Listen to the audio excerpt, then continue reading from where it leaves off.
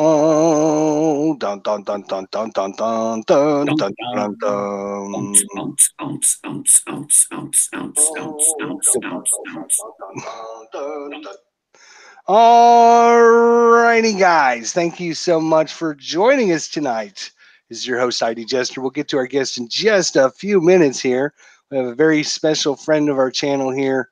We have a very personal relationship, actually, as we've gone and well, we'll talk about it more in a little bit. But anyways, let's say hello to everyone in the chat. Hey, Rob. Hey, Larry. Hey, Bubba. How are you guys doing? Programming notes for everyone. Here's what I decided to do. Okay.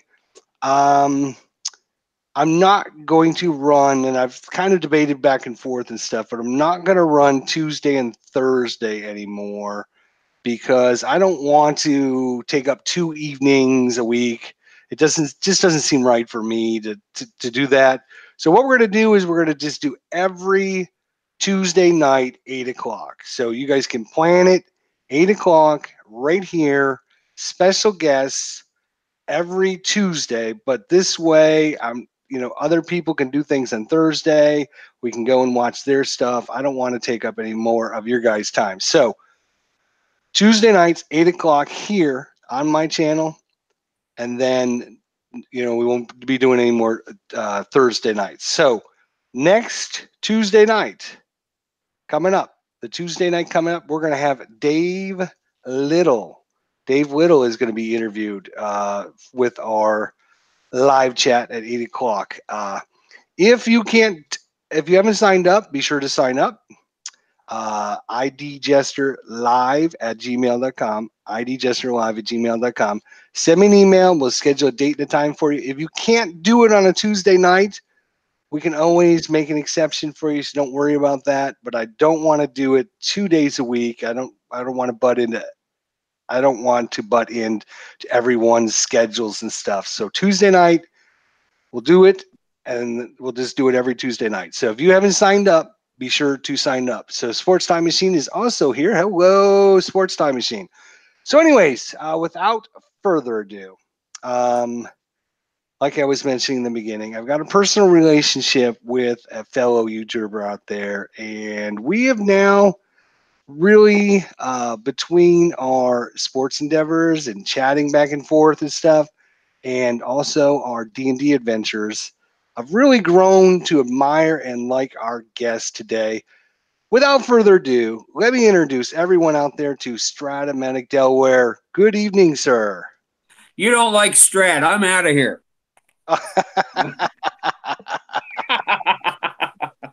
Hey, guys, how's it going? I figure Chris would do something like that. I knew something was coming. Oh my gosh. Hey Robbie, Uh, how you doing?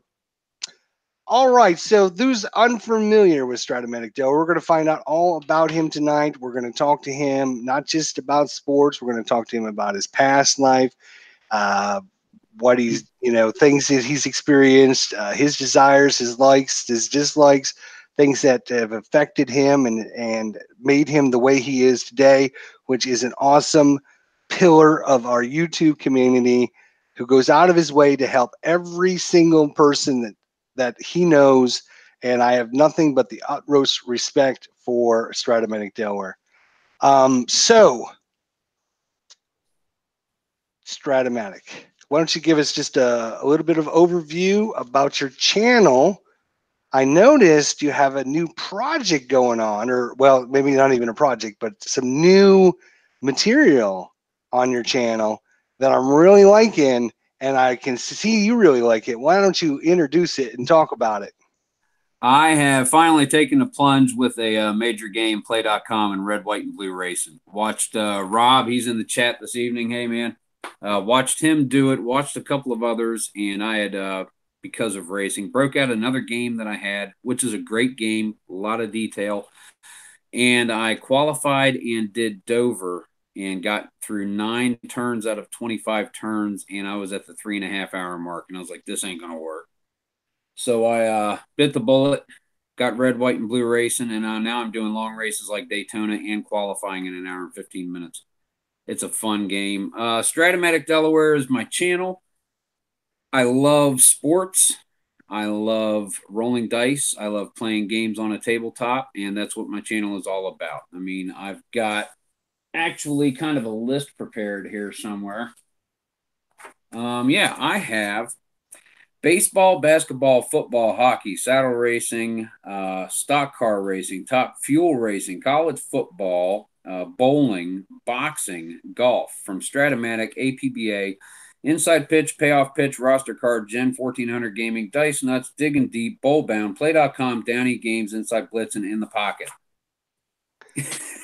That got, is I, awesome. I've got And a lot of stuff on the channel, and I love it all. you got a music video on your channel, Hurrah! right? Yes, I am known to play the tune every now and again.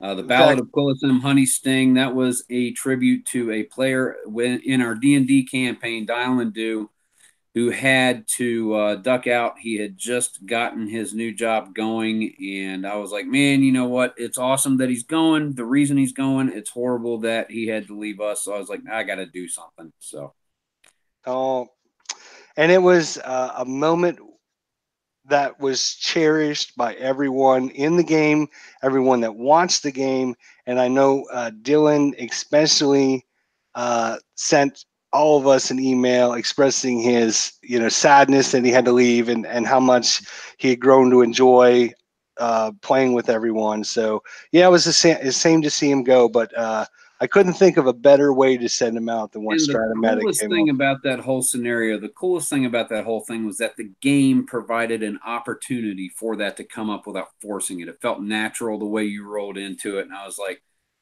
can we? Can we? There's a bard walking down the street. It was fantastic. It was. Anything can happen. Yep. So we're interviewing Stratomatic Delaware. If you're just joining us, great friend of the channel. We're going to talk some D&D. We're going to talk some sports. We're going to talk a whole bunch of things. But we have a new, what do I want to call it? Not a game, a new A feature. feature. A I new like feature. that. We have a new feature in live chat with IDJESTER. What I'm calling this is 2 truths and 1 lie. 2 truths and 1 lie. So Stratomatic Delaware, he's going to give us 3 things. He's going to give us 3 things about himself. 2 of them are going to be true. 1 of them is going to be a lie, and it's up to the chat to try and figure it out. So the way we're going to do this is he's going to give them to you now. Don't answer. Don't type in the chat because we're not doing that yet. Mm-hmm. We're going to talk some more, and then later on, we're going to bring it back up, and it's going to reintroduce it to everyone. So this way we can, if you're watching now or you're watching later, you can get a chance to catch up on this. And then when we do it later, he's going to introduce 3 things about himself. I'm going to ask him a question about each one of those 3 things. He'll give you his answer, and then it's up to the chat to find out which one is a lie. All right, so why don't you just give us the 3 right now? Again, nobody in the chat. Don't guess right now, because as we talk with Stratomatic Delaware, you might find out some information that might let you know when he's lying later. So I think this will be fun. So Strat, why don't you tell everyone your 3 things about yourself? Okay, number 1. I was kicked off my senior high school golf team because I was a chronic skipper. I almost did not graduate with my class. Number 2, I once spent 6 weeks in Kansas City, Missouri as part of a missions trip to a sister church. I ran the worship services. Number 3, a few years after high school, I got in shape and got a position as a defensive tackle on a local semi-pro football team, the Delaware Falcons. Beautiful. Absolutely beautiful. So now, again, that's just an introduction. We're going to talk some more. We're going to find out more about Stratomatic Delaware. And then later on, I will lie to you. We will bring it back up. I will ask him a question about each one of those 3 things. Then we'll find out if he's lying or not. So, Strat, we'll talk about the elephant in the room a little bit later. What I want to focus in on is you had a very sad loss in your life recently, and I know it's been very dramatic and very life altering. So why don't you introduce that and talk a little bit about it, if you don't mind? I don't mind at all. As a matter of fact, I look forward to doing it, hoping that someone listening might be going through something like this and might be able to be helped by it. At the age of 33, I met my wife on the day I got fired from an auto parts job. And less than a year later, we were married. And she, at the time, was beginning to battle against fibromyalgia. And the pain was really bad for her. And over the years, it got worse. It wasn't controlled with food and diet, it was controlled with medication. And in 2011, she got her, she would go through her prescriptions quickly in a month because it wasn't a relief. She was, I'm sure, addicted to them to some point, but it was also dependency. And she got them, so she takes medication. Forgot she had taken it 2 hours later, takes some more. Forgot she had taken it 2 hours later, takes some more, takes some more, takes some more. And the following morning, I woke up and getting ready to go to work after a week off. And I'm like, hey, baby, nothing. Hey, Faith, nothing. Go to move her one third time and nothing. And I'm like, and the words that I said aloud were, you have got to be kidding me. And it just skyrocketed from there. We had not been married quite 7 years, and she died of an accidental overdose. Ethan and Emily, they were 9 and 6 when we got married. So here I am, stepfather and of two children I love. They're my kids, as stepfather legally, and that's all. They're my kids. I'm their dad. And it was so difficult. I had family to drag me through. I got to about the 2.5 week mark, and my brother recommended that I write in a journal, thoughts and everything. And I actually had a dating journal that I kept with Faith. So after about 80 pages into this journal, all of a sudden it turns into Faith died today. And at about the 2.5 week mark, I'm writing my chin up, soldiering through, going to make it, no problem, and got halfway through it. And I'm like, now, you know what? I'm pissed. And I was writing and scribbling as furiously as I was cussing at the book. And a huge thought was, what now? And a lot of people who go through grief like this, they get to the point where, okay, they're accepting it, maybe not through acceptance, but they're starting to realize that this is not going to go away. And they're like, what now? And you just put one foot down in front of the other. And it was get the kids through the rest of the school year. Fortunately, they were of an age that they could be left alone for time. So, I mean, if I needed to do something, I was not stapled to the house. And as a matter of fact, that summer was when I got back into Stratomatic. I had gotten the baseball game in '92 and played it for quite a few years, and it got lost in a move. But that summer, I was like, you know what? I want to start playing a baseball board game again. So I reordered Stratomatic and started playing again. And kids got older, and I got older and got further from it. And little by little, Faith moved from the thing that blocked everything that I wanted to do around to my side as a faithful companion and a welcome reminder of the wonderful and lovely time that I had with my wife. And here I am. Wow, that is wow. I don't even know what to say. I mean, that is real powerful there. What you just said. So, well, congratulations for working through that. For people that don't know the disease she had, what was it called? It's called fibromyalgia, and what it is, essentially, layman's terms, there is pain without causality. What they've determined is there is a deficiency of three pain neutralizers in the spinal column and the spinal fluid: serotonin, melatonin, and a third one. And when you don't have those blocking nerve impulses going to the brain, something like this can feel like a huge impact.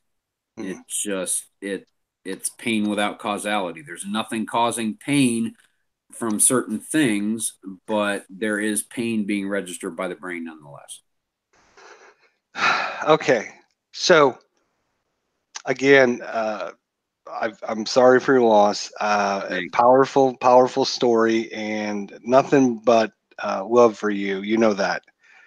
Right But back at you. let me ask you a question, because a lot of what you said goes back to something that I thought or believe Mm-hmm. when I was having some issues and lots of pain, because you always hear about people that when to live through life, if you Mm-hmm. are in constant pain, you finally get to the point where it's not worth living anymore. Do you feel like any part of that had something to do with the outcome? No, Okay. no. Knowing my wife, no, it wasn't that. It was she was taking oxycodone and carisoprodol, Soma, for pain and for muscle relaxer, and it was just way too much and way too often, and it was like a little leaf fluttering to the ground, and it finally reached the ground, and that was it. She'd take it a couple of hours later, forgot she had taken it, take a full dose again. Instead of every 4 to 6 hours, she's taking it every 2.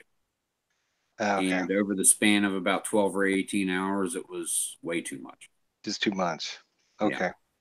Because I always kind of address that, thinking to myself, you hear sad stories about people that had committed suicide, but then you find out, well, they were going through something, Mm-hmm. and they just, you can't take anymore. And the reason I say this is because a couple weeks ago, I was in the emergency room in severe pain. Now, it never got on my mind, oh no, I can't do this anymore. But I was thought to myself, if I had to go through this every day for the rest of my life, I I can't would imagine. not want to do that. Yeah. How are you doing, by the way, man? I am first day in 3 weeks that I've felt good. So thanks for asking. Awesome. I am Awesome. actually in a very good shape right now. Good. So knock on wood, right? So you never know. Very good. Go ahead. Knock on wood. Knock on wood. Uh, Yeah. So I know I was in severe pain. It was just the one day, and I know how bad a shape I was in. I can't imagine somebody going through that day after yeah. day after day. You have got to be the strongest person to go through that every day. Yeah. And I'll tell you someone that does go, go through that every day, co-host for the channel Ron, my brother. Um, in 1998, we were going down to a Delmarva Shorebirds game in Salisbury, Maryland, about an hour south of our place. And we're coming back from it, and these Russian people with no insurance dodged in front of his car, slammed on the brakes. So he slammed on the brakes, and the airbag never reached his chest. He bent in both sides of the steering wheel. He bent the brake pedal to the firewall. And about 3 or 4 months later, great grandma had osteoarthritis. And that started settling in. And he's been dealing with that for the last 21, 22 years. I can't imagine what Faith was going through. I can't imagine what Ron goes through. I'm thankful that I don't. Yeah. I'm I mean, thankful. people tell you, and it's true. If you don't have your health, you have nothing. Yeah. And I honestly believe that to my dying day. I believe if you don't have your health, living is not living. Yeah.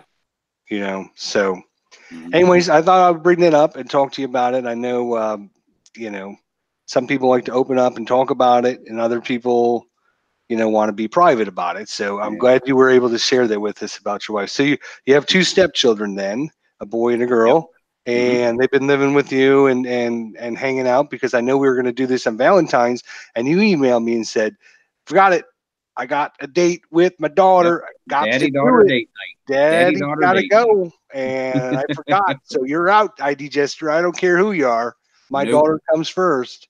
I'm wrapped. There you go. Oh man. Yep. Are they still local then? Oh, yeah, both of them still live here. Ethan has autism. He has Asperger's syndrome. Very high on the spectrum. Does very well. So he's probably going to be living with me for quite a long time. He's 25. Emily is now 22, and as a matter of fact, beginning of next month, she's got a new apartment by herself with a friend of hers. So that's going to be cool. It's gonna be bad. My little baby girl is leaving the house, but I get a new room to play board games in. Yeah. So speaking of your son and the autism, Mm-hmm. I know that when we play D&D, Dungeons and Dragons, for those of you who are, new to the channel, you had a super cool experience with your son playing Dungeons and Dragons. If you don't Yeah. mind sharing that story. Ethan dreads new rules, filling out a character sheet, figuring out what do I need to look at in this miasma of crap I wrote and crap that was printed out by an inkjet. What dice do I do? And I was like, Ethan, play D&D with me. It'll take an hour at the most, and it'll be the most fun you've ever had. Come on, play with me. And I wasn't letting up. Come on, play with me. Okay. So we go into the kitchen table and sit down, and he brings over his dice bag, and I'm like, "You don't need that. I'll give you what you need. Don't worry about it. I'll give you what you need." So we start playing, and I work up some basic stats for him, not much, and I'm totally winging it. I don't have character sheets. I don't have the player's handbook out. Nothing. I'm totally winging it. And he's back from his latest adventure. He walks into a town. There's people crying in front of the temple. He goes over, and I'm like, "What do you want to do?" He says, he walks up to someone, says, "What happened?" "Oh, a gem that protects our village has been taken. It was taken to a lair up north of town in a chasm and blah and everything." And Ethan's talking with him a little bit, starting to get into it, coming out of his shell a little. And my NPC asks, "Would you be willing to bring the gem back for us? We don't have much, but anything we have would be yours." And he's like, "Yeah, I'll help." So we start going up, and he comes first against a bear. And I had just gotten into it. I hadn't really read like the Dungeons Master Guide or the Monster Manual or anything, so I didn't know the stats on a bear. So I made like a really weak bear. It was kind of like a water bear. Okay. And a couple of, and if he had just gone by it, the bear was more scared of him. The bear wasn't going to attack, but he decided to attack it. And I told him, I said, "Well, take the D20 and roll it." And he did. And I knew what weapon he had. So I said, "Well, take this die and roll it, see what damage you do." And he did. And then the bear got a swipe across his chest, and he made another attack and killed the bear. So he goes on a little further, and there's this cart, and there's this man, and he looks like a merchant. And he's like, "Oh, my horse went up around the bend. Would you please retrieve it for me?" Sure. He goes around the corner, and the horse is being held by a goblin. So he goes to take out the goblin. And I'm like, "Well, you need to catch this rope on this horse because the horse is freaking out, and you need to catch the rope before it takes off again." So he goes to reach for it with his a dex check, and rolls a 20. So you snag it in the last 6 inches of the rope, and you bring it back, and the merchant's like, "Oh, anything you see on the cart, anything at all, you help yourself to it." And he's like, "Is there a healing potion on here? Have 4." Uh, Because it was just a quick session, and I wasn't worried about rules. And he goes on, and he meets this elf, and he gets to the final thing, and there's this stone pavilion, and he has to beat this dragon. It's there, and he finally brings the gem back, and the whole thing took 35 minutes, and it was the most fun he ever had. The and most that fun he ever is had. that is just another really incredible Yep. story, and I'm so glad. I knew that ahead of time because you had emailed the group and talked to me about it ahead of Mm-hmm. time. But I'm so glad you had brought that up because uh, that was just a moment that those moments in life that you can 20 years from now you'll remember like it just happened because Ethan it and was I such. sat down at the table and played a game, Yeah, and that's a and that's very awesome. important thing. Yeah. We have a strat in the chat that says that his son has autism. He's 14 years old, and he has taught me so much about life. And isn't that the truth? That is People, awesome, the dude. people Yeah. that are the least Yep. fortunate, the most sorrowful, are usually The most the most fortunate. blessed in Yeah. every way because they realize life is not a given. Life is something to be enjoyed. And that kind of goes back to my whole, if you're not enjoying life because you're in so much pain, how can that really be a life? So it's great to hear these great to hear these stories about you and your past. One thing that I have always, and after faith, I really got to thinking about it. I mean, we may not have all taken the paths in our lives that we wanted to. We may not have achieved all the goals that when we were bright eyed and coming out of high school, we thought that we would achieve. We have not all done everything that we set out to do, perhaps, but by and large, I'm willing to bet that a great lot of us had ended up exactly where we wanted to be. I mean, things could always be different, a different job, a different house, a different car, different money, different this, different that. But for me, honestly, things couldn't be much better, man. They could be different, but they couldn't be much better. That is a powerful statement. Again, you got to stop this, man. You're going to make me cry if you don't stop this crap. All this right, this let's is talk kind of the about. kind of thing that I wanted us to have. I wanted to have a really, we're gonna have fun, we're gonna laugh, but I really wanted to have a little bit of a serious part to this. I really did. I'm glad we did too. And you can be as serious as you want or as funny as you want. It doesn't matter. I'm enjoying just sitting here listening as a fan. Um, listening to your stories because I think they're important to learn and find out about everyone. I think everyone out in our community has a story to tell. If you Mm-hmm. don't think you do, you're wrong. We just talked for a few minutes, and Chris has made a dramatic uh, statements about his life and things that he's had to deal with throughout his you know throughout his life. So Figure you we're all onions. We all look the same, but once you start peeling back all those layers, where's your Ohio State connection come from, Mr. Delaware? I was born in Ravenna, Ohio. My first home was in Kent. As a matter of fact, mom and dad met at a kegger at Kent State University in 1969. And they went back to Kent State to visit her former roommate on May 3rd of 1970, the day before Four Dead in Ohio. So I was actually kind of there. Grew up in East Liverpool, south of Youngstown, over on the Ohio River, where it goes into Pennsylvania. And in the mid '80s, when the steel industry tanked, the economy went in the toilet. And my grandparents moved from Steubenville out to Bel Air, Maryland. So Dad came out looking for work for a couple of weeks in the summer. And 1 year came down into Delaware, found a job, and the rest, as they say, is history. Hmm.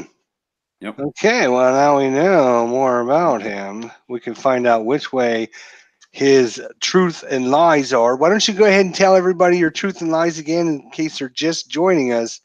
They can vote later on when we get to, finish this up. But we got a few new people in the chat. Tribe Fan 879 is here as well. So why don't you just reintroduce. There are three things. Two of them will be true. One will be a lie. Later on, we're going to find out which one is a lie. Well, before I do, I've got to agree with Sports Time Machine. I don't know why he mentioned Jack Lambert, but he is the greatest football player of all time. Kent State Golden Flash, by the way. Alrighty, here we go. My three things.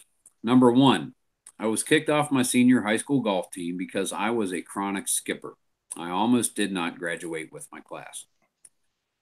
Number two, I once spent 6 weeks in Kansas City, Missouri as part of a missions trip to a sister church. I ran the worship services. Number three, a few years after high school, I got in shape and got a position as a defensive tackle on a local semi pro football team, the Delaware Falcons.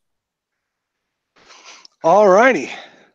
We're going to find out later which one of those is a lie. We'll give you. We'll talk to Stratomatic and each a little bit later. We'll ask him about those. Speaking of Stratomatic Delaware, let's talk Stratomatic for a little while, shall we? Let's. Go ahead. Obviously, your channel name is Stratomatic. You must be a big fan. Kinda. All those All that. boxes say I'm a big fan of Stratomatic Delaware. Yep. All right, so you know my opinion on Stratomatic Delaware, and if you don't, I will explain it to everyone in the chat. Go right ahead. I think Stratomatic system for baseball is a good system. I think it's pretty well designed because you can get most results with one dice roll and not have to look up much on charts, which means the game plays pretty fast. It's pretty accurate in what it does. And I don't actually have any problem with the actual game system. The reason I'm not a big Stratomatic fan is I feel the company has used their name brand to how do I want to put it? They use their name brand to customers without giving back to the customers. They've made poor decisions over the years. The first one that I think of, and we didn't talk about this earlier, but I believe it was 1996. They came out with a set of cards. I think it was a Hall of Fame set, but I'm not sure. It might have been an All-Star set where it was the pictures of the players. Then you had the small basic thing, and it was a flop. Nobody liked it, and as a result of that, they never did it again. They got huge consumer feedback. They saw the sets still sitting on the shelves, and they were like, "No, we don't need to do this again." They need input on a couple of other things, in my opinion. The computer game. That's actually the year Faith died. That's what I did. I found an online league, so I got the Stratomatic computer game. But each year, when the new rosters come out, you need to get the new version of the game. Every single year, you've got to get the new version of the game if you want to play with the new rosters. That's why my computer game still comes with the then current 2010 season. Also, and we spoke of this during my unboxing video, the Shohei Ohtani cards. You get the batting card with the regular set. You order the current 2018 baseball season, you get the Ohtani batting card. You get to see how great he was at the plate, how great he may not have been at the plate. If you want to get his pitching card, you need to get the extra card set.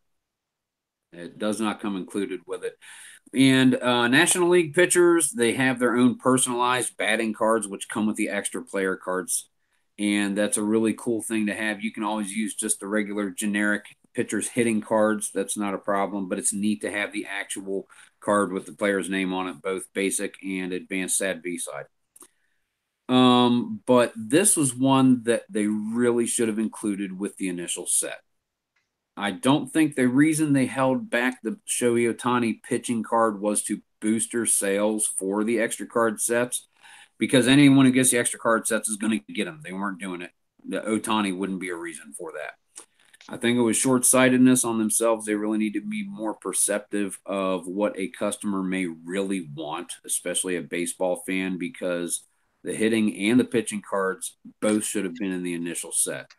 Someone wants Shohei Ohtani, they're going to want to go ahead and do a game where he pitches and hits. They want to see him, see if he's able to hold the other team to 1 or 2 runs in the first 5 or 6 innings and also knock one out, knock 2 or 3 across the plate. That's what they want to see, but they can't see that with the 2018 set unless they get the extra cards, which is another, what, $20, $15, $20 or so.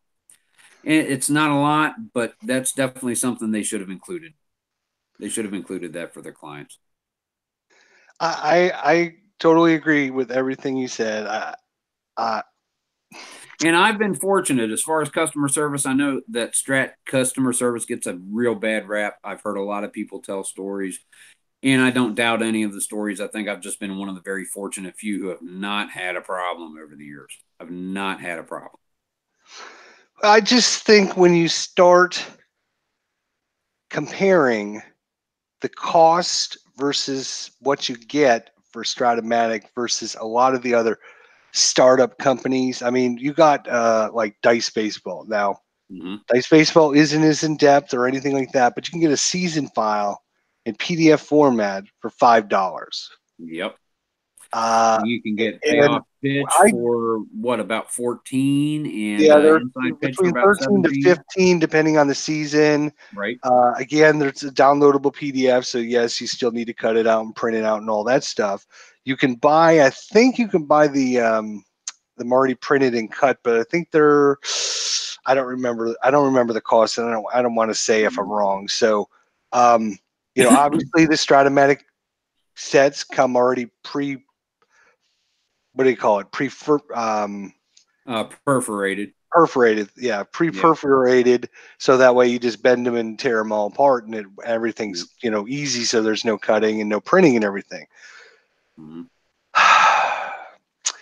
But I still think, for the cost, I went to buy some because I'm starting to get into cards and dice and everything, so I thought, well, it would be nice to have some Stratomatic as well on my channel, and I was looking, and it was like $60.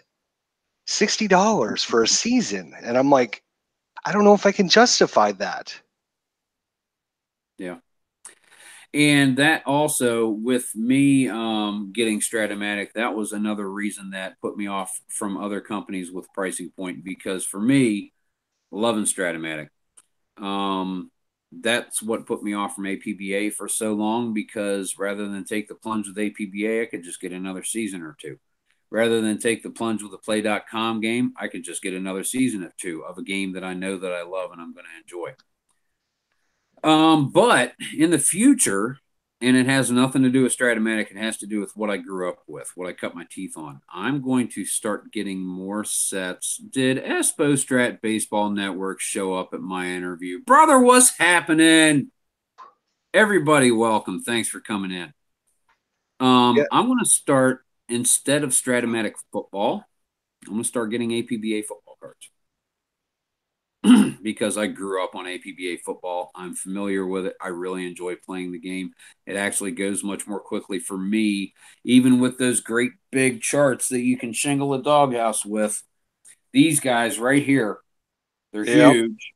The games go more quickly for me because that's how I learned to play a tabletop football game, and I'm used to those, and I know where to look for the stuff very quickly. So for the comparability as far as price, I'm probably going to start investing more in APBA football when I go with getting new football seasons. That's good to know. I know you've already mentioned this, but when we're talking about the PC version of any one of their games, I own the hockey version. I bought the baseball version as well. And I feel like those two purchases are probably the worst purchases I've made on anything sports related that I have, because the system is outdated. They don't update the system. Every year they come out with a new game and some seasons that you can only play if you upgrade to the new edition, which means every year you got to buy the brand new computer edition just so you can play, the seasons that they had come out with. And I'm not spending, you can buy just the program, which costs you $50. But if you want the actual cards on, embedded into the program, that's another $20 to $25. And that's what I'm talking about when they're abusing their customers. They are using this interface and graphics that look terrible, absolutely like a joke. Again, this is nothing against you, Chris, and this is just when I see people supporting a customer or a company that treats their customers with such disrespect, it kind of makes me upset, I guess. I don't Well, mean to be upset with you. that's I'm not why I've upset got with you. that's why I've got these instead of the computer game. I'm the same way with the computer games. I've got the football game with about 4 or 5 years ago. I got the baseball game about 8 years ago now, and I've not updated them. I've not gotten any new seasons to go with them. It's cards and dice. It is, and there I've got a lot of other games on my computer. I've got Diamond Mind. I think I've got Out of the Park. I've got a few others. I love the old head coach games from EA Sports and other games like that. But yeah, right up there, cards and dice, man. Yeah, Yes, and and that's again, why it's nothing against you. I don't get the computer game because it's not an optimal product. Right. It's But not. again, I feel like if I buy the cards and dice version, I'm allowing them to charge me 50, how much is a season set? 40, 40. Okay. And 42, I then you got think to buy for the this extra one. players, which is another $20 to $25. Right. So you're talking, I mean, roughly $60 for a Probably about season set. 65. 55 to Yeah, 60. about And then you got 65. a $12.95 for shipping as well. So Yeah. and when you start comparing that with a lot of the other companies out there, Mm-hmm. I think the cost. Now, again, this is why I'm saying, for me, Stratomatic is a bad bet, and I would Mm-hmm. love to have anyone from Stratomatic. If you watch this video, if you work at Stratomatic, you're an owner, whatever, I don't care. Get a hold of me, idjesterlive@gmail.com. I would love to interview you, sit down, and hear what you have to say about this. I've talked to probably 50 or so people in our community about this, and everyone has their own little opinion. Um, Again, it's nothing wrong with the system. I like the system. I think it's well designed. I think you are, uh, you know, the quality's good. You know, the statistical analysis, the data, and all that is all fine. That is nothing wrong with that. The problem I have is I know you're going to come back to me. So instead of me lowering my prices down to a reasonable pot, I'm going to Yeah. keep charging you $60 every year, $60 for every season. And I'm going to just keep popping out seasons. And it just, when I see a company do that, I kind of have to not support that company. And even with that tack that has been taken, admittedly, over the past few years, I find myself really, really concerned for the future of the company because Hal Richmond's 84 years old. He's not going to be around forever. Without his physical guidance of the company, I just wonder where it's going to go. And I really don't think it's going to be long before we find out. And there's part of me that really hopes that they're going to keep the flame, maybe even improve the computer stuff and everything, and really bring things around. Not that it's Hal's fault, but there's part of me that is really, really concerned that I don't know. I really don't know. Yeah. Yeah, I just, I want to support them. I mean, the more baseball companies you have out there producing things, competition is supposed to drive companies forward. Okay, that's why we can't have one airline out there. Okay, remember when the airlines about 12 years ago, when all the airlines were going to merge together, and the government stepped in and said, no, you can't do that, because Yeah. if they did that and there was only one airline company, you'd be paying $2,000 for a seat to go anywhere. Yeah. Because they have a monopoly. They are in charge. They own everything. So competition, more companies are supposed to bring better competition because, hey, instead of you coming to me, you're going to go somewhere else. So I got to step up my game. I got to lower my prices. I got to bring you better products. I got to do it a better service for you and everything. Yep. And of all the baseball products, I own 8 to 12 computer versions of baseball, and I own probably 10 or so different card and dice ones. So I run across quite a few different people in different places.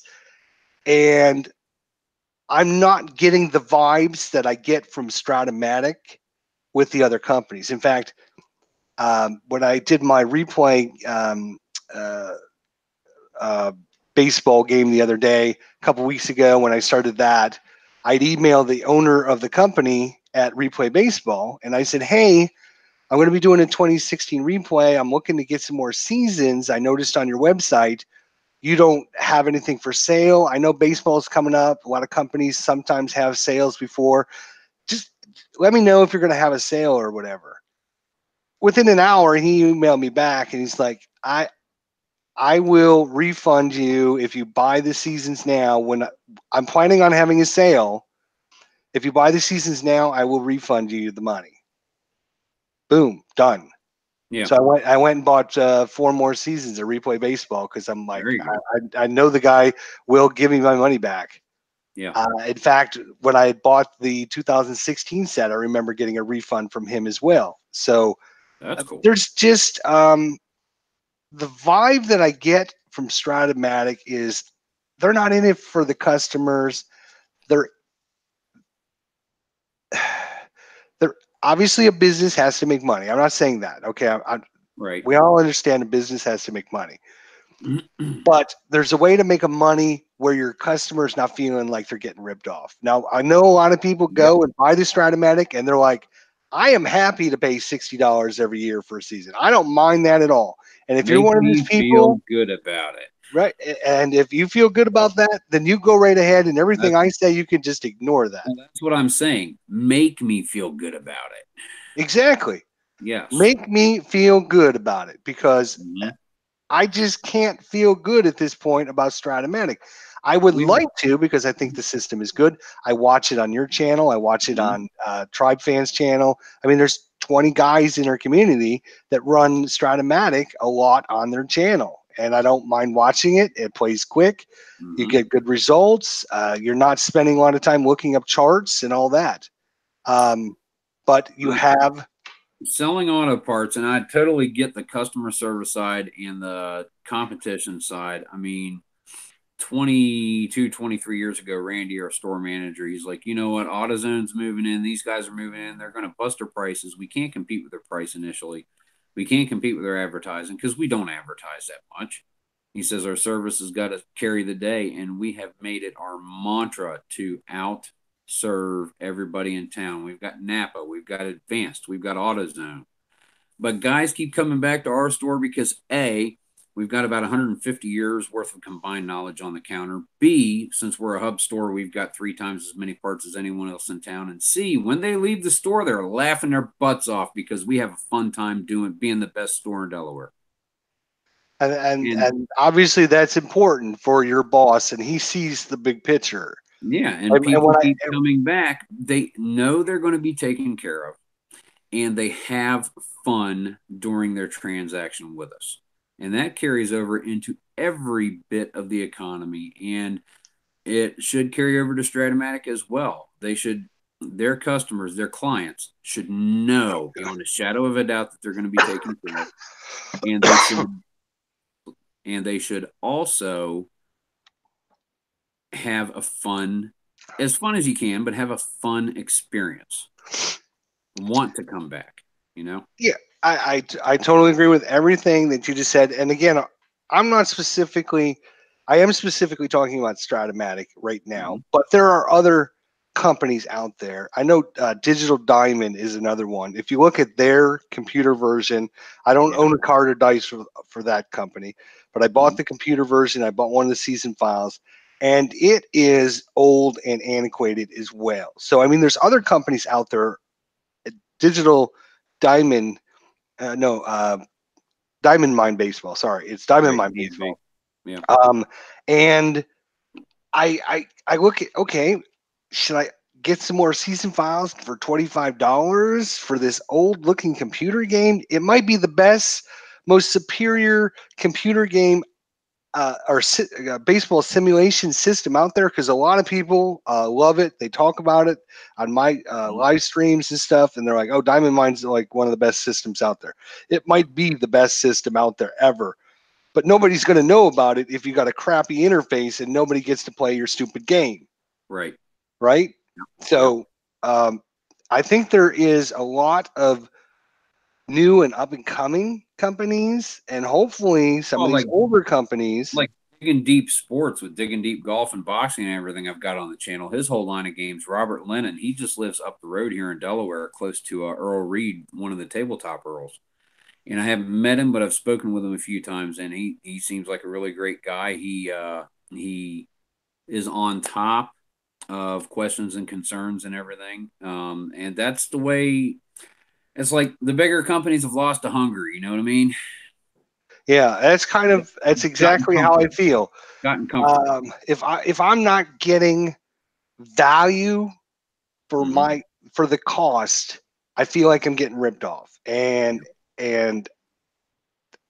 not just Stratomatic, but Stratomatic is one of the worst companies that I've heard about. Okay, Right. but when you hear things like, "Oh, they only included one Shohei Itani cards in the set," you got to say to yourself, What "What the heck? the hell are you doing? Yep. What the hell are you doing? You are purposely holding back a card so that people will buy the extra set and spend that extra $20 or $25 or whatever so they can have both the cards." And when I hear that, if I own Stratomatic right now, if I own the company, the first thing I would do is I would post both of his cards online for free. Download, print them out yourself, and cut them out, and you can have them right now. Boom, there you go. That's what I would do as a customer or as a company owner for my customers. And that's what I'm talking about.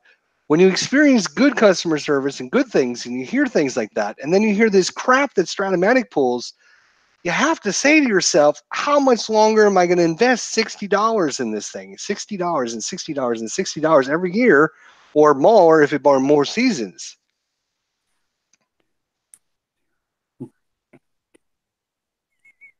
That was my opening day. $208. And how many season files did you get? Oh no, cards. Oh, I mean, Yeah. but how many card sets did you I get? got 2018, the regular set. I got 1982 cards against the Harvey's Wallbangers. I got 1980 George Brett's 390, and a total of 16 teams with the diamond sets, 1980s A and B. So I got a lot of cards. I spent like 2 nights separating them and making the envelopes for them. I was like, why do I do this to myself? Right, right. Like you're going through with that game right there. Why do I do this to myself? Yep. All right. Well, I wanted to bring it up. I know we've talked about it in the past. I know people, because of your name and stuff, wanted me to bring that up and talk about it. Oh, And absolutely. anyone out there, Absolutely. if you're watching this live or you're watching this on YouTube later, you know somebody in Stratomatic Delaware, tell them to email me, idjesterlive@gmail.com. We'll get them on a Tuesday night at 8 o'clock, and we'll ask them. We'll sit down and ask them these questions, or somebody there, because I don't understand it. So I want to spend a minute, and we want to talk about something else, because we're going to talk about positivity here.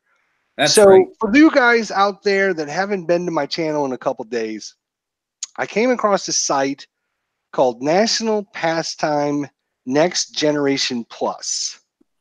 And if you go and look that up, National Pastime Next Generation Plus, if you go to their website, you can download for free. Free meaning no money.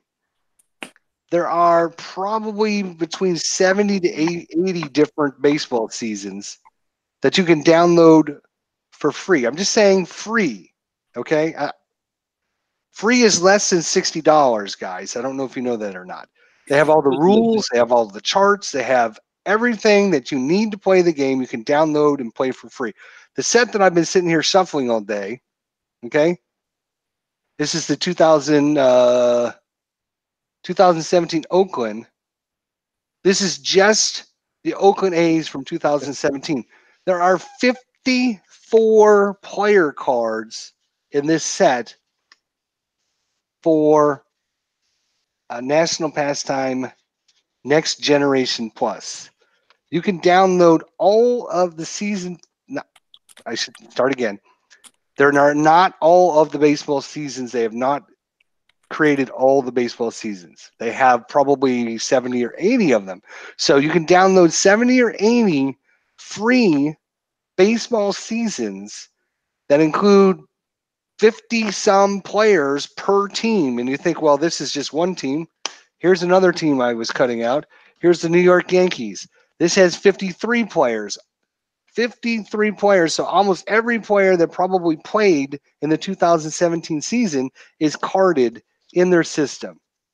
Not only that, but if you don't want to go through and cut out, print, cut out, spend the time on cards, you can download an Excel file that has all of the games already programmed into it. It has all of the historic lineups. You just choose the game you want to play, and it pops all the players in on an Excel sheet for you, and you can actually play the game through Excel for free. And they have probably, they don't have every season done, but they probably have maybe 30 to 35, somewhere around there. 30 to 35 seasons. Just download them for free. Excel. If you got Excel, download them for free. Double click the Excel file. Choose a date. Choose a game from that date. It loads the historic lineups for you, and it's all free. FREE. Sports Time Machine. Mike, he asks, how is the game engine? So let's start from the beginning. Everyone should know APBA, which was, I believe, never licensed. The actual game engine was never licensed. So they were an offshoot of APBA is National Pastime. And National Pastime, again, I don't believe was ever, because it was an offshoot of APBA, was never fully licensed either. So this is kind of an offshoot of the National Pastime system. So what does this do differently that National Pastime doesn't do? Well, glad you asked. Let's see if I can get that. Right there on the top. I don't know if you can see it or not. Let me bring it in nice and tight. Wood. Come on. Focus. There you go. All right. So it adds lefty-righty matchups for the pitchers. Lefty-righty matchups for the pitchers. And that is not on the APBA cards at all. It is not lefty-righty. Yes. So it adds lefty-righty matchups for the pitchers. It codes things a little bit differently in some of the stats for the player. Okay. But another thing that it does, hang on. Let me get him. I dropped something. God damn it. Of course I dropped it on the ground.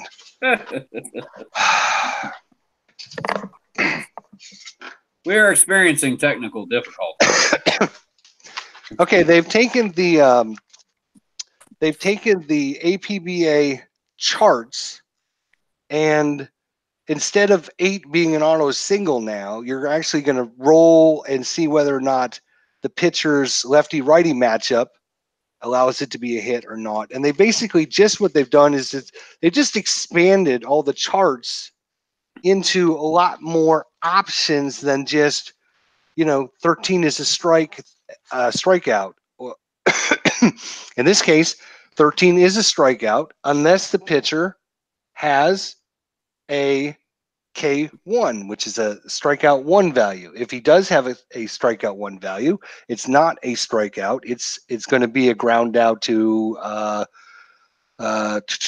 at first, ground out to third. If the pitcher has a K1 result, excuse me.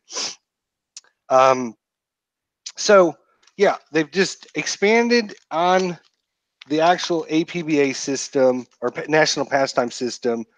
And you can see all these, of course, it's going to, slow down the game because there's a lot more chart results until you memorize each one of the charts results.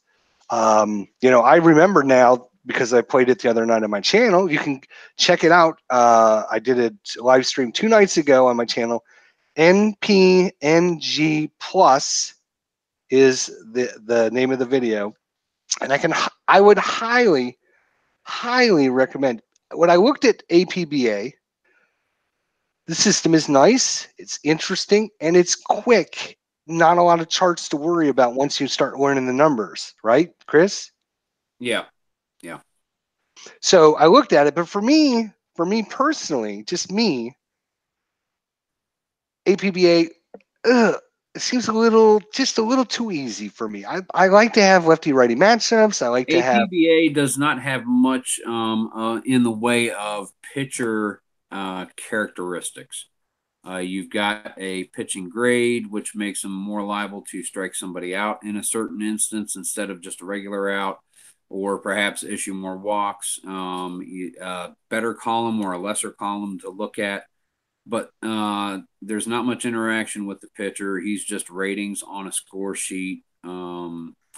You get into the master game, there are some lefty-righty ratings, but it's like one set, and I've never played the master, so I don't know how in-depth it goes as far as versus lefty and righty. There is a mechanic there, but it's nothing like inside pitch or payoff pitch where you really get into, A, the pitcher to the batter, that relationship for each play, and B, the pitcher's really having a characteristic of their own.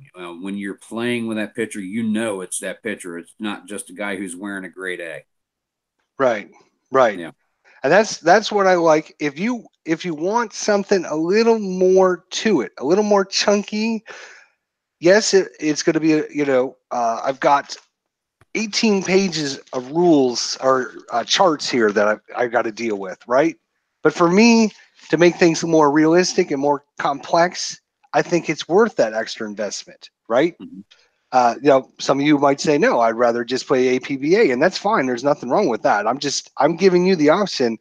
If you're looking for National Pastime or APBA, if you're looking at either one of those as to add to your collection, I would highly recommend you go check out National Pastime Next Generation Plus, and just look, through the website. And like I said, they have seasons that go all the way back. In fact, they just released the 1899 season file. So 1899, I know Beatles Eternally was like a little schoolgirl running around in his shirt when he heard that. 1899, I know he was about ready to scream like a little redheaded stepchild.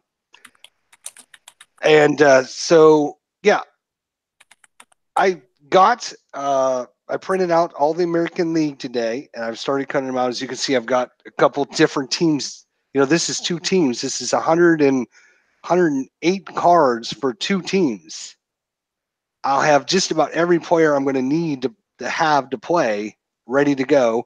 I printed out the charts. We're going to be doing some of this cards and dice on my channel, but I have not seen this on anybody else's channel, and I came across this, and I'm like, how does our community not know about this? We, as a community, should at least let one another know, hey, I come across something, you might want to check it out. And I'm always looking for things like that. So if you are part of our community and you come across something, email me, idjesterlive@gmail.com. And I'll be sure to mention it during one of our live chats or do a video on it or whatever we need to do. We got some new people in the chat. Baseball Demos has arrived. He might have been here for a while. I haven't been looking at the chat. Sebastian's here as well. And Beatles Eternally. So thanks all guys for coming on. So if you want a little bit more chunk, more complexity to an APBA or National Pastime System, check out this system, or download the Excel file. If you don't want to cut and print out and everything, download the Excel file, click on a day to start playing, hit the play button, and you're ready to go. And it's going to have all the lineups and everything. I wish I could show you now, but I don't think I can actually do. Can I do that? I could actually share my screen, but Hey, I'll Beats, save. they I'll have save the. 1908. Beats, they have 1908. They have 1908. They have 1908. Thought you'd like to know. Oh, IDJ, I've been over here. I've been here for over half an hour and silenced a troll. Oh, thank you, Mr. Beatles. Speaking of Mr. Beatles, okay. Speaking of Mr. Beatles, he posted a video challenging me. He threw the gauntlet out because I was at his live stream the other day, falling asleep, listening to Ernie Harwell calling a baseball game, and I couldn't keep my eyes open. I don't know if it was because I was tired or if all of the dandelions in the outfield, if some of that was getting in my eyes from the baseball players running around the outfield. Anyways, he has challenged me in a video. You can go check it out on his channel. And now I'm going to reply to him in a video and throw the gauntlet down back in his face. But there will be some requirements that I will need from him. So that way he's challenged me to a 7-inning or a 7-game series, best of 7. And I can take any team from 1970 to present, and he can take any team from 1969 to the past, and we're going to put them together, and we're going to duke it out mano a mano live on our channels. IDJ, brother, I love you. You're dead. We will see, my friend. We will see. But here, I'm going to be throwing some new requirements into him. Ooh. Yes. Okay. For the first thing is no DH. I don't think it's fair that he gets to pick his team and I pick my team. So what I'm going to say to him is he's going to give me a season from 1970 to present, and when he gives me the season, then I'll pick the team. I'll pick the team to play from that season. And I'm going to do the same thing from 1969 all the way back. I'll pick the season, he can pick the team. I think the point with him is from 1919 all the way back because that's dead ball. I'm giving him 69 all the way up, all the way up to 1969. Yeah. And if you, but I get to pick the season before 1970 that he has to play, then he can choose the team from that. And then he'll give me a season from 1970 forward, and I'll have to pick a team from that season. So we'll see if Mr. Beatles Eternally will agree to some of my terms to this compensation where I've got to teach him a lesson in dead ball versus real baseball. But if it's going to be dead ball, it's got to be 1919 and earlier. Oh, I'll probably choose something from 1919 or earlier. Okay. All right. I'll probably choose something dead like ball, you got to pick dead ball for him. He says, I got your terms right here, laddie. Okay. We'll see. I'll be posting a video later. So let's get back to our chat with our good friend here. Yes. So if you're just joining us, we had talked a little bit before. We are now doing a new thing called, what is it called, Strat? A feature. A new feature. Two truths and a lie. 2 truths, 1 lie. Okay. Stratomatic's going to give us 3 things about himself. After he gives me the first one, I'm going to ask him a question to kind of explain it. Second one, I'll ask him a question. He's going to try to explain it. Third one, question, ask him to explain it. And then we'll be up to our wonderful people in the chat to figure out which one is the lie. So why don't you give us number 1, Stratomatic Delaware? Number 1. I was kicked off my senior high golf team because I was a chronic skipper. I almost did not graduate with my class. Wow. All right. So you are a chronic skipper. So you're skipping down the fairways then with your little golf bag? Skipping school. Are you talking about skipping school? Okay. Skipping school. You're skipping school because you're a chronic skipper. But you I were was playing not a chronic golf. stripper. But you were on the golf team. Yeah. Yep. Okay. Give us number 2. Number 2, I once spent 6 weeks in Kansas City, Missouri as part of a missions trip to a sister church. I ran the worship services. So what you're telling us is you were a pastor at one point. I actually had gone to school at Valley Forge Christian College in Phoenixville, Pennsylvania to become a youth pastor, but I only went for one semester because organized education does not agree with me. Okay.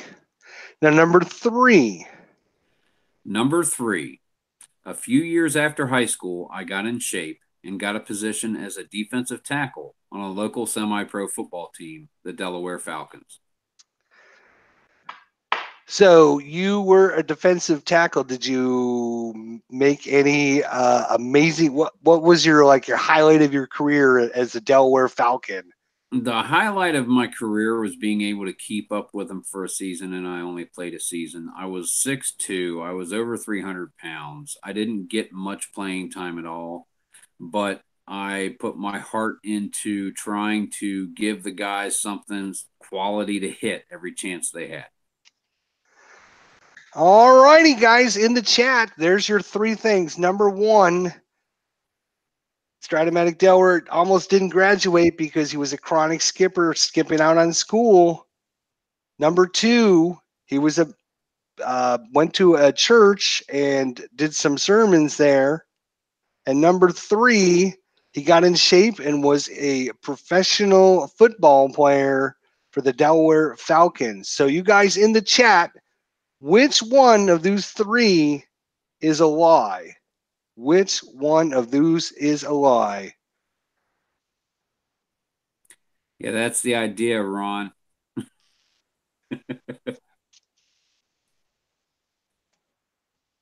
So one more time, guys. Number 1, STRATOMATIC Delaware almost didn't graduate with his class because he was a chronic skipper, always skipping out on school. Number 2, he was went to a church and did some sermons there at a church. And number 3, he was a semi-professional football player for a season for the Delaware Falcons. And we got this all over, but people are leaning towards 1 and 3. This all Glenn over. Park says number 1. Glenn says number 3. Beatles Eternally says number 1 is a lie. Tribe Fan says 1 is a lie. Robbie says the cake is a lie. That's a good one from Portal. Yes. Retrosport Network says number 2. I think he's the only one. Oh no, Robbie decides he's going to go with number 2 as well. D. Scott Howard says number 3 is a lie. Right. So STRATOMATIC Delaware, unveil yourself, my friend. Which one of those 3 is a lie? Okay. Number 1, I was kicked off my senior high golf team because I was a chronic skipper.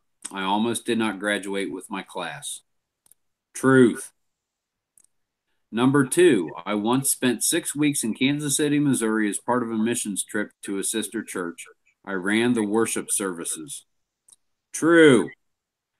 Number 3, a few years after high school, I got in shape and got a position as a defensive tackle on a semi-pro football team, the Delaware Falcons. That's a lie. But there's a really good story that goes with it. A really good story. Tell us. I was about 30 years old, and the guy I was living with, one of his buddies came over, and he was a running back for the team, and he's like, man, we need big guys. You got to come out. You got to come out. And I had always been thinking, get in shape, get up with one of my old high school coaches, go to Millersville to the tryouts up in Millersville, Pennsylvania.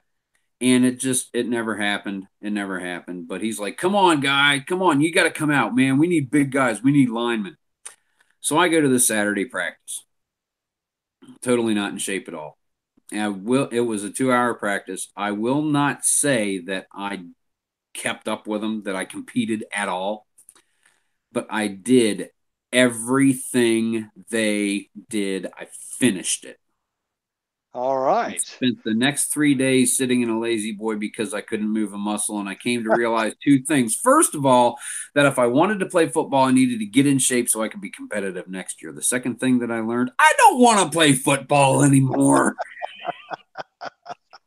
All righty. So if you had number 3, that Stratomatic Delaware ever played semi-professional football as his lie, congratulations to you. Next week, we're going to have Dave Little here. So if Dave, I don't know if Dave had stopped by, but if he does stop by, I'll have to let him know to start thinking of his 2 truths and a lie about himself. And we Yes. do have Dylan Dew. Dylan Dew's in the chat as well. I don't know if I ever said that. D. Scott Howard, hello. Bobby, hello to you as well. Rob, and if I missed you so far, I apologize for that because I'm really bad about that stuff. You like fly fishing? I love fly fishing. That way, Up there in Delaware? when I was a kid, Dad was like, "Quit casting! You're going to scare the fish away. You're going to scare the fish away." Well, fly fishing now, I get to cast as much as I want. Got into tying my own flies. I actually introduced my brother-in-law into it, and he's become a bigger fly fisherman than I am. But I love just getting out into a creek. In Delaware, it's a creek, it's a pond. It's for perch, it's for bluegill, it's maybe for bass, but it's still the same. There's a rhythm to it. It's very calming and peaceful. I love fly fishing. Awesome. Hey, Yep. just as a side note, I did say Dylan Dew because after the live stream last week, You got it right. I said Dylan, Dylan, Dylan, Dylan, Yep. Dylan, and I'd never said it right, and I felt so bad. I said next time I see Dylan on, I'm going to apologize once again for getting his name wrong, which I did in Dungeons and Dragons a lot. But Dylan, thanks for coming back, my Yep. friend. You're always welcome. Speaking of Dungeons and Dragons, Chris, why don't you tell somebody you jumped in on our D&D game, you were all for it, and you were a blast to play with. Why don't you tell some people about Dungeons and Dragons and what you like, what your experience is like, or whatever? Dungeons and Dragons is your imagination with a rule book. There are all these books that everybody can get that are they're rules for the game, but more than anything else, they're kind of like, well, they're rules. The game master, if he does a good job, like IDJ, like hopefully I will someday, they act as a liaison between the players' character sheets and the rule book. The characters have the character sheets. It's made up. It's a necessary evil. You've got certain statistics and certain things that you can do, like strength or dexterity for fighting, or strength and dexterity stuff, or constitution for how healthy you are, or other things for casting spells. And the biggest thing is not to get stuck like this looking at your sheet. Well, it says right here that I'm good at searching for stuff, so I want to look around the room and search for stuff. If you're in a situation in the game, your dungeon master might be like, you reach the archway at the end of the hall, and a room opens up in front of you, and you see a large pile of rubble strewn across the center of the room. The floor is roughly hewn stone, large tiles of stone with pillars regularly intervaled around the room.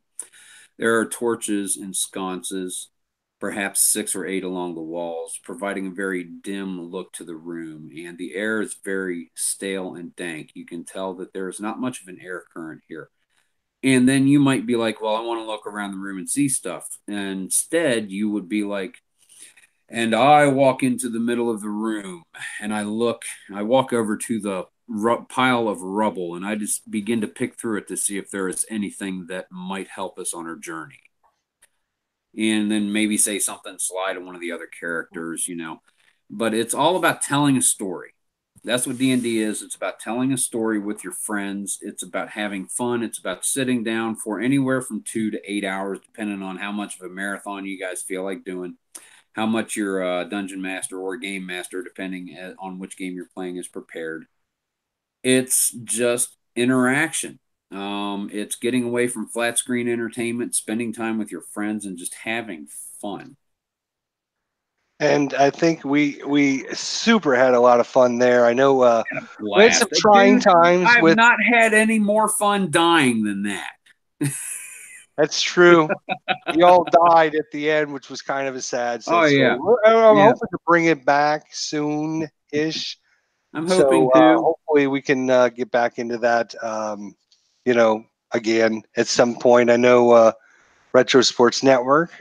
Ron was on our in our group, and he had a great time as well. I know Herb Yep. Pilgrim. I haven't seen Herb come by, but Herb was a great player as well. And like Chris Dylan said, Du it's is doing just, very well. Yeah. and I think, I was just the reason we started playing Dungeons and Dragons was because before that, I'd sit there and I'd listen to you talk as you played your sports game, and I'm like, he's basically telling a story. I bet you these YouTubers would be really good at playing Dungeons and Dragons because Dungeons and Dragons is playing a story. They're telling a story as they play their sports game. Should be a match. And it's just a matter of getting into a comfortable place where you realize you don't have to know all the rules. You don't have to know which die to roll when. That's what your dungeon master is there for. He is setting the pages of the book open for you to write your story on it. That's all you're doing. You tell the dungeon master what your story is in detail and in story, what you want your character to do. And then your dungeon master finds the coolest way for you to pull it off. There you go. That's pretty Yeah. much it. I think. Yeah. I mean, we had some technical difficulties. There was some trying and learning, but I think by the end things were starting to come together. Unfortunately, we had to take a break because of the holidays coming up and all that. And yeah, I think we should look at putting the group back together, get the band back together, man. We need to get the band back together. We got Ron. We just need to round up 2 or 3 others that might be willing to give this a try. No, Dylan Du did not die. Dylan Du, his character went away somewhere. Gundren Rockseeker. I don't know exactly what his character ended up doing. The only one that survived was Retro Sports Network Ron Juckett. He was the only one that survived. He was pinch hitting for the original Grognard Devon. And he finally got this goblin that we had helped earlier in the adventure to talk. And when the rest of us are dead, bleeding on the floor, and he's like, "How do I beat him? How do I beat him?" And the goblin finally gets out, "Run, run!" And he runs and saved himself. Yeah, Yeah, left us laying there on the ground like,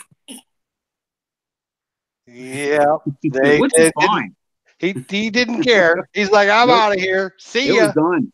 It was done. But it was a lot of fun. You were a lot of It fun was to great. have, and just like I said, I think as Chris had mentioned, we need to get a couple more people in the group. We've got a good core group, but if you're interested, email me idjesterlive@gmail, and we'll see if we can schedule some in time.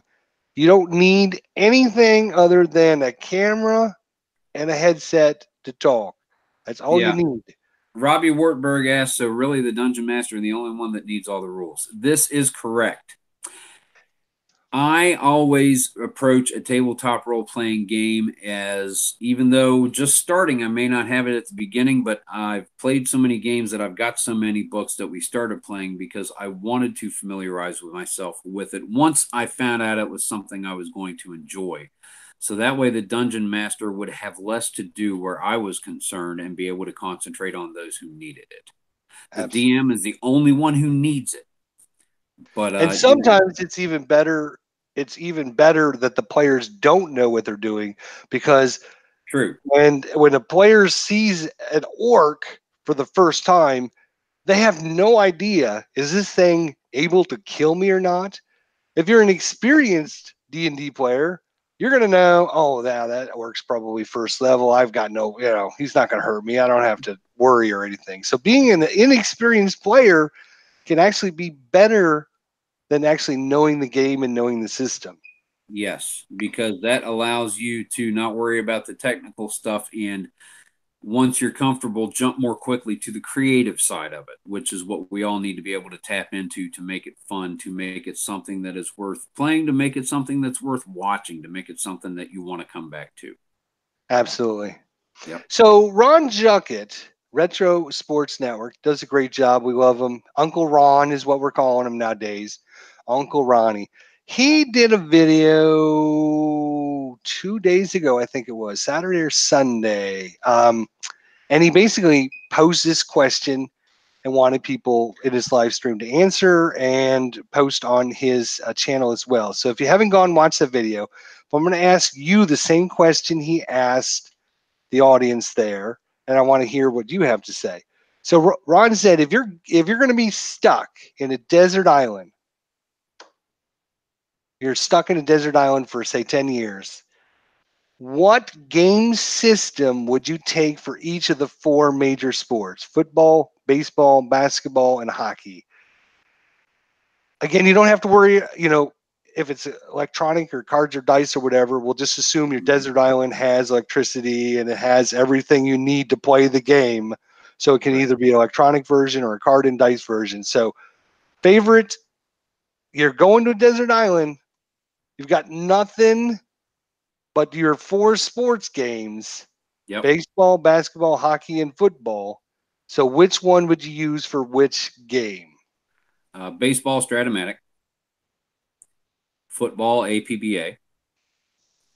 Hockey, I only have experience with Stratomatic. However, I love the way the game plays, and it doesn't take forever to play it, so I would take Stratomatic for hockey. I tried APBA basketball 25 years ago, and I've got Stratomatic basketball, and both games are way too long and take way too much time, so I think I would say the heck with basketball and bring along my new copy of Red, White, and Blue Racing, baby! All right. Good answer. Good answer. That is that. See, that's Dungeons and Dragons right there. That is improv. That is awesome what you just did there.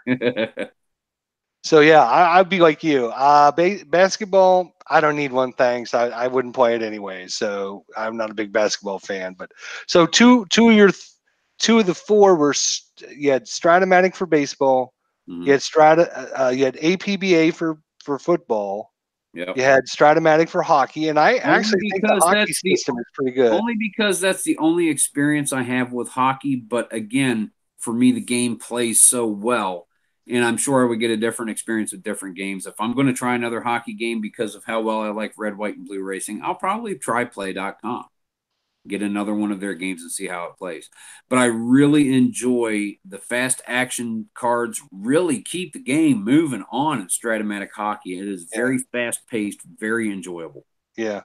I mean, flip the fast action card, look at it, and look at your line out there to see what's going on. Call it, roll a die, look down, see if it was a turnover, see if it's a pass, see if it was a shot, see if it was a save or if it went in, see if there's a penalty. I mean, once you get the hang of where you're supposed to look, as in with any game, Stratomatic hockey just rolls, man. Yeah. It does.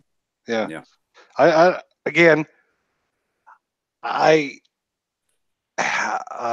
have the baseball, the football, basketball, and hockey from Stratomatic, and I think they're all fine. I'm not a fan of their football, and I'm not a fan of their basketball. I think they're just too clunky. Baseball and hockey for me, I don't mind the systems at all. I think they're fine. So I'd actually ordered some APBA baseball and hockey before, but you say their football is pretty good. It is, and that, like I said, that's the one I grew up with. Growing up in Ohio, getting our hair cut down at the barber shop, and they had various magazines laying on a table. But there was always the Football Digest, the real small little half-size magazines. And the back cover was always APBA football, Be the General on the Field. And it had the 1982 set maybe for the 81 season where it had Danny White, Tony Dorsett, Ron Springs, Dan Fouts, James Brook, Chuck Muncie, other players and everything. And call all the plays, use all of the professional players. And I was really getting into football, and I was like, I'd love to have this game. And then finally, Christmas of '87, I asked for it. for Christmas, and Mom and Dad gave me the game with the '86 season, Broncos and Giants, and I sat down and I played. I had the Greg Brady attic room, so I could go up there and not be disturbed, and I would crank out 7, 8 games a day with that thing. I made up a little arena league, so that way I had like only 6 or 7 guys on a side and shorter periods and a shorter field. And I just came up with so many things. I got the 82 through 86 set. And as a result, I went so far as to make my own teams for APBA football by comparing stats from all-time greats to players that I had. These were done 25 years ago. I've got the 1990 Buffalo Bills, 1950 Los Angeles Rams, 1960 Cleveland Browns. I've got the 62 Packers. I've got the 63 Colts, 69 Vikings, 71 Cowboys, 72 Dolphins, 82 Skins, 85 Bears, 89 Niners, 92 Cowboys. The only reason I don't have the 76 Raiders and 78 Steelers is one page of each got lost, so I need to get back around to making them. But APBA football was the first sports game I ever really got into, and it's what got me into this in the first place. Wow. Yep. See, ask and ye shall receive. I had no idea that you had created your own little season sets. Oh yeah, man. Or those I guess team sets, because they're not full seasons. Yeah, those are the teams, and I ran a season with 10 great teams. I've got it in a book somewhere. I got to dig it out one of these days and revisit it. But yeah, I love APBA football. Yep. You've done other things in your channel. You've done the racing. You also did bowling. Now that's an interesting.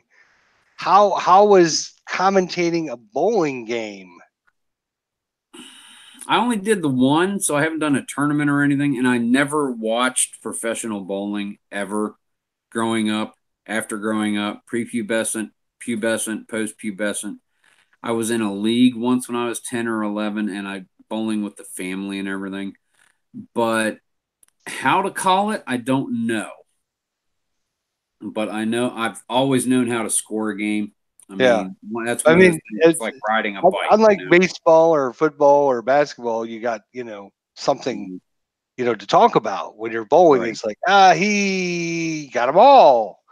And now he gets to do it again. And he got them all again. It goes quick enough that you're pretty much doing a frame with one roll of the die. So you can be like, okay, well, say it's like 9 and a spare, 9 and picking up the spare. Well, he leaves the 7 up, picks up the spare. Here we go. He's rolling his next frame. So it goes kind of quick like that. Not a lot of descriptive, because the game goes pretty quick. Right. Yep. And the company that makes the red, white, and blue racing, they make football or baseball. That's baseball, football, hockey. I think they have basketball. They've got wrestling. They've got golf. They've got racing. They've got bowling. They've got a few other games. I'm not sure exactly which ones, but he's got about 10 or 12 to choose from. Keith Avalone from Play.com. And I've heard nothing but great things about this company. Yeah, I mean, if red, white, and blue racing is any indication. And I also have Fury Football. It came out in October, and it was meant to be a one-off kind of thing, and apparently it took off. So they put some expansion teams out around Christmas and took the original offering of 4 teams out to 12. And it's a fun little football game. It's not going to be historically recreative for like the 76 Steelers versus 76 Oakland Raiders or anything like that. It's just fun calling a play and seeing if you can make your cards do what you need them to do, kind of thing. Right. You shoot a drive, you've got 4 plays to score. If you don't score, the other team takes over. They try to score a touchdown. You can make conversions from whatever yard line you want to try to make a conversion from. And if you get the conversion, you get the points for that yard line. So I had like a 9-point conversion after a touchdown once. I had a 24-point drive because he scored a touchdown, and then it's like got a 4-pointer from the 4-yard line, got another 4-pointer, got a 3-pointer, got a 3-pointer, and just kept on adding up. It's a fun little game. And those 2 games, I mean, if that's what Keith Avalone is putting out, he's got a great product. Yeah, I think from just talking with other sports teamers here in the community and just hearing them talk and messaging back and forth in the chats and stuff. I mean, everyone is talking very positive about the company, the good customer service, the quality for what you're buying. The the fact that they feel like they're not being taken advantage of, Yep. and when you hear things like that, you kind of go, oh, well, maybe I should invest in something like that. Buy Mhm. buy something from play.com and see if see what it's like. I've seen some of them on, and I'm not sure that that system is for me personally, especially a hockey version. That's the same. I look at the baseball game being played, and it looks like it plays really well, but I don't see looking at each player. Is he stoic? No. Is he a champion? No. Is the pitcher an ace? Yes. Uh, it may be different if I were to get it and try it, but then again, I have four baseball games actually that I really enjoy: APBA, Strat, Inside Pitch, and Payoff Pitch. Why would I spend the $60? And I go back to the whole thing, which took me so long to get into play.com anyway. Why spend the 60 when I can get more stuff for games that I do have and that I know I enjoy? You know? Right, And right. that's what put me off for the longest time. But once I got red, white, and blue racing, they're good. Yeah. Well, it's again, that's good to know. I mean, I like to hear this information. I like to, if anybody in our community, if you know of, come across something like I did with National Pastime Next Generation Plus, email me idjesterlive@gmail.com, and I'll bring it to my channel, look at it, whatever, because I'm always, always, always looking for the next new thing. And especially if it's something that's free or cheaper, you know, like the dice baseball. It's like I'll buy a Mhm. couple seasons. It's $5 a piece. I might as well try it and see what it's like. And ended Yeah. up thinking it was pretty good. So I'm happy with that purchase. So in fact, I'm really happy with this next generation plus, which I'm going to be bringing more information on that in the next couple of days. If you guys are just joining us, I just want to make sure everyone's aware of the format we're going to be using here. We are not going to be Tuesday and Thursday anymore. We're just going to go once a week, every Tuesday night at 8 o'clock. Tuesday night, 8 o'clock p.m. Because I don't want to be hogging 2 nights a week doing live streams where everybody has to come and watch. I don't want that. I just want one night a week where I can interview and have people come. So if you can't do it on a Tuesday night, we can always arrange around your schedule. But I'm only going to do one a week, usually on a Tuesday night. Next week, Dave Little, 8 o'clock p.m. Mano a mano, live chat with ID Jester. And if you Uh, would like to get on a live stream, here's the email, folks: idjesterlive@gmail.com. That's idjester cool graphics live@gmail.com. Spare no expense, right, brother? I hope I don't have to pay for the 3D effect. I'm sorry. It came with Windows. All right, guys, we got about 10 minutes or so left. If you have any questions in the chat for Stratomatic Delaware that we have not covered so far, please type them in now so we can get to ask Stratomatic Delaware about his thing. As they're doing that, I've got a question for you, Chris. Again, All right. anyone that has a question for Stratomatic Delaware, be sure to type it in. If you've already typed it in, I might have missed it. Type it in again. Great So my big capital question, letters, the word question, and then the question behind it. Be easy to find that way. there you go. Yep. We got one right off the bat. Beatles Eternally says, "Hey, Strat, what is your favorite sport?" Great question. My favorite sport's football.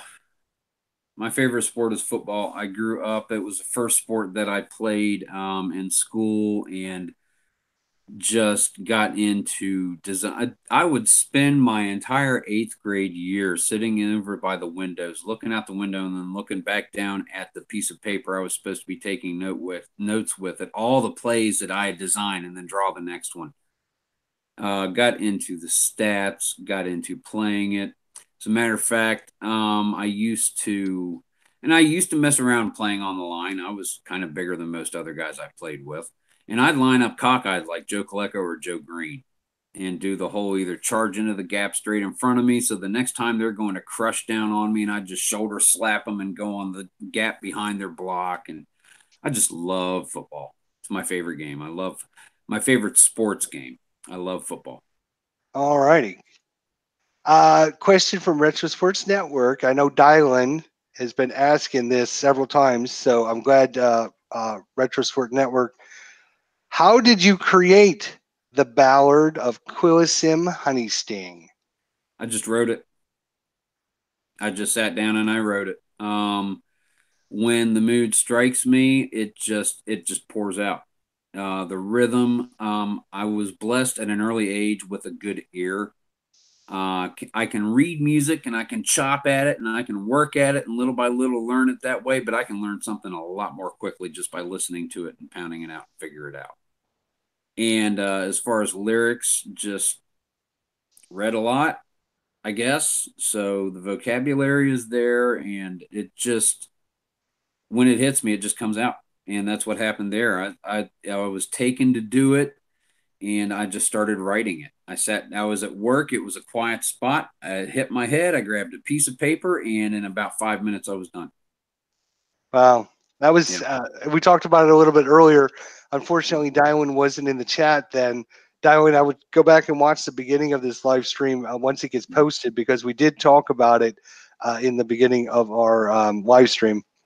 Thanks to all of the, personally, I'd like to thank all of my moderators, Clinton Parks, Beatles Eternally, Retro Sports Network, and of course you, STRATOMATIC Delaware, for doing a good job and keeping all of the idiots from ruining things for everyone. So I appreciate all you guys out there that are coming spamming all those people out of here. So appreciate that, guys. Good job on that. Any other questions for Chris from STRATOMATIC Delaware? You had a question there was for me? one. I missed it. What is your opinion of Delaware Park? And that's from Clinton Parks. Meaning the racetrack, I really have no opinion. I've never been there. I don't do horse racing much, even though I have APBA saddle racing. For me, horse racing is a Kentucky Derby because mom's side of the family grew up in Louisville. And anytime someone's talking while they're singing My Old Kentucky Home, I turn around and snarl viciously. But that is pretty much my experience with horse racing. So Delaware Park, I've never been there, so I don't have an opinion one way or the other, Clinton. But thank you for asking. Here's a question from Todd B. He says, "Hey Chris, do you collect baseball cards as well? I see some top sets on your shelf." It has been a while. Actually, I gave most of my cards to my nephew because he appreciates them more. But I went into the Salvation or the Goodwill a couple of months ago. As a matter of fact, right before a D&D session with IDJ on the way home from work. And I picked these up for $3 each. The 1991 Topps and Flair traded set. It's got the rookies. It's got Mike Messina. Let me flip through a couple real quick. Won't take long. That way they can see what's in here. Oh, let's see. Wally Backman is in here. Jeff Bagwell. Is that a rookie? Jeff Bagwell, rookie. Doesn't even have Houston listed on his card. Show us some of the. Hold them up so we can see them. Yeah, let's do that. Jeff Bagwell, rookie card. Wow, he looks young there, doesn't he? Yes, he does. Yes, he does. Rafael Belliard. Oh yeah, Braves, and that's a traded one because he was with the Pirates for quite a few seasons before that. Let's see. We've got not rookie because with the Indians for so long, but Joe Carter got traded to the Blue Jays. That's another one I see. I'm trying to find a Cardinal for you, IDJ. Well, a former Cardinal, Vince Coleman. Oh, yeah. Got traded to the Mets, so he's in this set. A few other rookies in here, Mike Messina. I can't recall for sure, but I think Mo Vaughn. So, I mean, it's probably about a $15 set in both of them. I got them for $3 a pop. Wow, it's a good deal to have them, you know. Yeah. Yeah, so just get them. So, yeah, I picked those up. All right. Any other Any other questions here for Mr. Stratomatic Delaware? Chris, do you play poker or any other type of cards like spades, etc.? I love poker. Texas Hold'em 5-card draw, 5-card stud, 7-card stud. Low hold card is wild. Only if you match it. Deuces, jacks, man with the axe, pair of sevens takes all. I love playing poker. Cribbage, hearts, gin, 500 rummy, Michigan rummy. I like playing golf. Haven't played golf with cards for a while. I might have to do that. I love playing card games. I Yeah. love playing any game that involves me sitting around a table with my family and my friends. I love playing any game that allows for social interaction like that. We don't do it nearly as often as we should, but when we do it right. Monopoly's the family blood sport, for crying out loud. Right. I know what you're saying. What you're saying. Oh, yeah. Give me those oranges. I'll clean your clock every time. So, DH or no DH? No DH. No DH. No DH. I grew up liking the Pirates, so I'm a National League kind of guy, but watching it and taking out strategy or whatever, blah, okay. I enjoy playing with National League and with older sets because, and it's been spoken of ad nauseum, pitchers were expected to hit, pitchers were able to hit, and even in today's game in the National League, you got like Bartolo Colon or Jake DeGrom, who knock one out every once in a while. It can still be done. It adds another level of excitement to the game if you've got the pitcher in there. And how long do you want him to pitch the 7th or the 8th, or do you really need to bring in a pinch hitter? And it's a huge gamble. It's a very huge gamble. And I enjoy that aspect of the game. I always have. There was kind of an old time player. I think his name was Babe Ruth. He's kind of had nothing will ever come of him. There was something I remember. Hearing. It's from way back then, so I don't know much about way back there. He had a big number, didn't he? He was like jersey number 714. I think he threw the ball and he also hit the ball really well. I'm thinking there's some kind of correlation there somehow. I'm just thinking. You're thinking of Christy Mathewson and Frank Home Run Candlestick Maker Baker. Thank you, Al Red Sox fan. And speaking of Al Red Sox fan, I know he's not in the live chat. I wanted to see if he came, and I don't know what's going on. If he's not feeling well, or if it's someone in his family that's not doing well. But we want to send our heartfelt wishes for his recovery or someone in his family's recovery, because I think something's going on, but I'm not sure. I just want to say, Al, get better, or we hope your family gets better so you can get back in and let us know what's going on. So we love you, Al. Yeah, we love you, Al. Absolutely. Yep. So the people that come by and talk about, oh, we need the DH, blah blah blah blah blah. It's kind of like when you talk to Beatles about baseball, he doesn't realize that there is colored TVs yet, and you can watch baseball with colored TVs, right? So these other players come in and they're like, oh, no, we need the DH because I don't want to see a pitcher strike out all the time, blah, blah, blah, blah, blah. But there are pitchers that have better batting averages than some of the normal players out there. And speaking of which, normal players, I don't know if everyone saw this, but Manny Machado has got an offer from the San Diego Padres. Oh, I saw that. The Padres have no pitching. And you know what's going to happen as a result of this contract? They're going to have no pitching. But they did they signed who was the guy they signed last year? It was was it Hosmer? Who did Eric Hosmer, right, from Kansas City. They signed a big timer last year as well for a lot of money. So I think they're going to start making a push here in the National League, at least trying to give the Dodgers a run for it, because Arizona's falling down now that they got rid of Goldsmith. Let me show some National League pitchers cards here real quick. Just a couple of them, okay? Sure. We got Carlos Martinez, and I want to try to read it there. 242 batting average. Holy cow! And he throws the ball too, right? But look at the 1-4. There's a home run on his batting card. Wait a minute. Max Scherzer. 243 average. Yeah, read that. Max Scherzer. I mean, pitchers can hit. Unbelievable, isn't it? Unbelievable. It's unbelievable. All right, so I'll ask you this. All right. You could only take 1960 to present day baseball or pre-1960s baseball.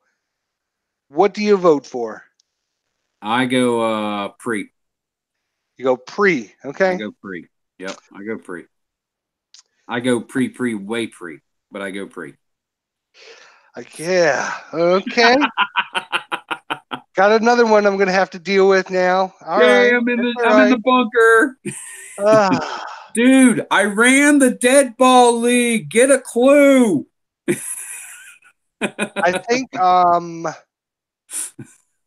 Beatles Eternally is starting to rub off on people, although he hasn't signed up for his interview yet, and I'm not sure why. Well, all he has to do is send you an email. What's that email address? idjesterlive@gmail.com. 3D graphics. See, that's all he has to do. At idjesterlive@gmail.com. Awesome. All right, guys. Any last few minutes of questions for Chris, and we're going to call it a live stream. I appreciate everyone coming out tonight and spending some time learning about our good friend and pillar in our community, Stratomatic Delaware. IDJ, could I say something real quick to everybody in the chat? Sure, go ahead. Guys, thank you. I mean, some of you are new to me and I'm new to you. Some of you have been around from the beginning, and you have no idea how much it means to me that there are people out there that share the same passions that I have and that enjoy watching me just have fun, you know? And it really means a lot. And from the bottom of my heart, thank you so very much. I really do appreciate it. Thank you. I couldn't have said anything better. Oh, speaking of Al, Red Sox fan, he is actually here in the chat. Al, how's it going, what's brother? going on? Again, I don't know when you arrived, but hope everything's okay. And if you're feeling, it's either you or your family. If someone's having some difficulties, we hope you get through that okay. So, we love you, anyways, Al. I want to let everyone go because I like what Strat just said. I think that's a great way to end things here. Yep. Next Tuesday night, 8 o'clock, will be Dave Little, and we'll get to talk with Dave and check out his channel and talk with him. He's kind of new to our sports community now, but he's growing a rather good following now. I see him on all the time. He's in everyone's live streams, and he seems very active. So we're going to welcome him with a nice interview. And if you haven't signed up for your interview yet, Beatles Eternally, yes, I'm staring right at you. See these eyes? They're looking at you, buddy. We can get you scheduled from Tuesday. But anyways, I had a blast. I learned a lot about Chris. I enjoy hearing all these stories. Unfortunately, some of them were kind of sorrowful stories, but it's good to know and learn about one another. And I appreciate you sharing all your stuff with me tonight. IDJ, thanks for having me on. I knew this was going to be a really fun conversation we were going to have, but man, just beyond my expectations. I really enjoyed it, brother. I really have. You got it, man. And to everyone in the chat, you have a great night. We will see everyone next Tuesday night. Thanks for coming by, guys. Have a great night. Take care, guys.